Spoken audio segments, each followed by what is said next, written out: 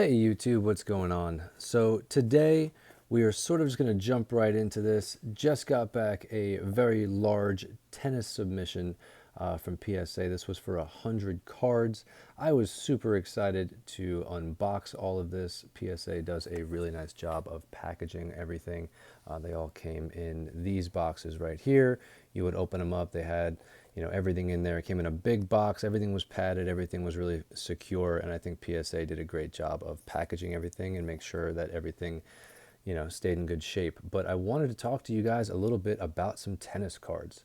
So, these are all from the Netpro 2003 series, which if you aren't aware of it, this is the one series that you want to be aware of if you're a tennis fan. This is the one where you've got the Venus and the Serena Williams rookie cards. You've got the Rafael Nadal rookie cards. You've got the Roger Federer rookie cards, among many, many others. But the 2003 Netpro series is what we're looking at right here. Now, there are a lot of different variations of these cards, including some of the numbered ones and the glossies. These are going to be specifically the International Series and the base cards, and we'll get into that in a little bit as well. Also wanted to go over the grades with you guys. I'm very excited about this, but before I do, if you guys could please go down and smash that like button, that would definitely help me with the YouTube algorithm. But all right, now that we've covered that, let's jump right into it.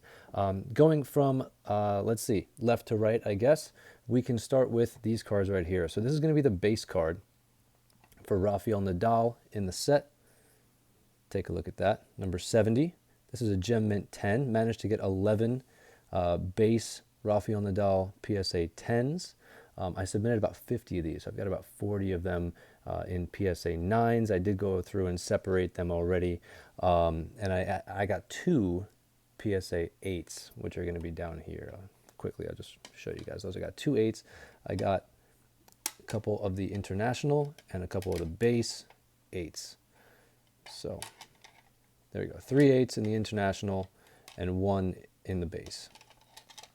Now the difference with the base and the International is simply how much was made of them, right? So in the base set, Netpro has said that they've made about 40,000 of these, whereas the International is more rare. The International ones, they only made 10,000 of them. So if you're looking for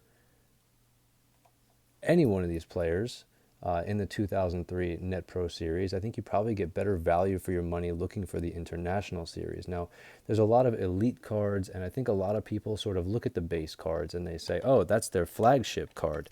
I want to get those. And by all means, please do it. But a PSA 9, you could probably get right now for about $20, whereas the PSA 10s in the base card is probably going for a little over $100. But the International series, I think, is going to be where you're going to find cards that are undervalued. People aren't really catching on just yet about how there's only 10,000 of these and there's 40,000 of these, but these are going for more money than these. So I think if you are looking to invest in tennis cards, I think International Series is the way you want to go. Also, they have another set, like it's called the Glossy set. And the way you can tell the difference between the base and the glossy, if you're looking online, is on the back of these. And you should always see the back of the card before you buy it. You're going to see the number here is 70. Whereas on the glossy set, it would say G70. So keep an eye out for that if the glossy is kind of what you're looking for.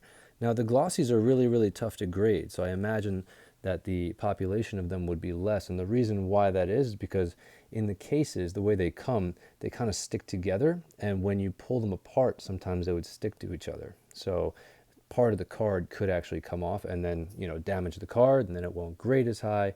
I am super, super excited about these cards. I just want to talk a little bit about the players and why I feel like these guys are good investments. Now, obviously, I think right now these are the best tennis players to buy. Missing one, and that would be Novak Djokovic. And I'm going to tell you why. So, Serena Williams is going to retire and be the best female tennis player of all time. She is right now, if you Google best female tennis player of all time, it's Serena Williams. She's over Steffi Graf, and the reason for that is she has got 23 Grand Slams under her belt, as well as 72 career wins. I know she's a little bit later in her career right now, but she will always be the greatest female tennis player of all time until somebody knocks her off her throne. She's won it. She's earned it. She's going to the hall. So I think if you want to get involved in a Serena Williams rookie card, one of these, really good bet. Rafael Nadal. Check these guys out. So many 10s. I'm loving it. Loving it. Going to definitely keep a bunch for my PC for sure. Rafael Nadal, right now there's a lot of hype around him.